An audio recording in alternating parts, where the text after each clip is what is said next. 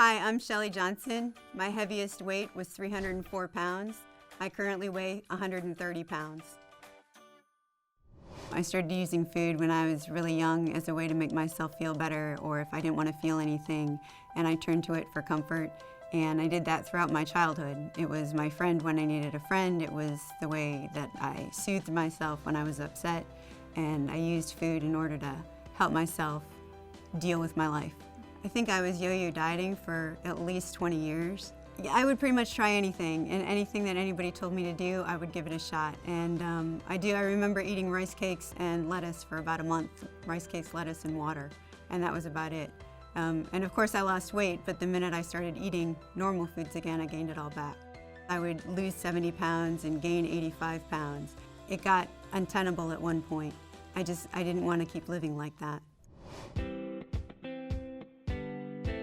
And so one day in my journal, I wrote, if it's not about the food, then what is it? And that's what started my journey. And then eventually that turned into a book that I wrote called Start Where You Are, Weight Loss. And it's about my journey, and it's also about helping people see what they need to do in order to have permanent weight loss. I use exercise now as something to keep me strong. I don't use it anymore as a way to burn calories. That's how I used to look at it, and I don't look at it that way anymore. I lap swim, and that's meditative for me, so I really enjoy that. I do yoga for the same reason. It's meditative. And I train in Krav Maga martial arts, which is lovely. It's self-defense, but it's also a huge stress relief to beat up a bag for an hour a few times a week, so that's fantastic. I started something called intuitive eating, which is when you eat when you're hungry and you stop when you're full.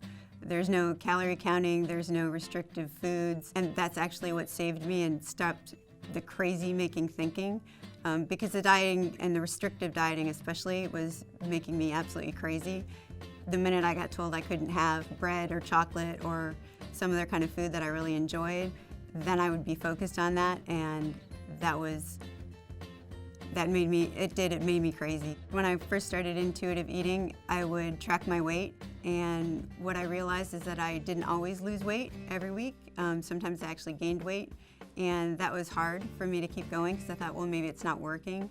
But what I realized is once I started tracking what my body was doing, I just had to calm down because my body was just going through normal patterns. It was about trusting my body and trusting myself. And the amazing thing now is that before I would binge days, weeks, months, and I would gain all the weight back.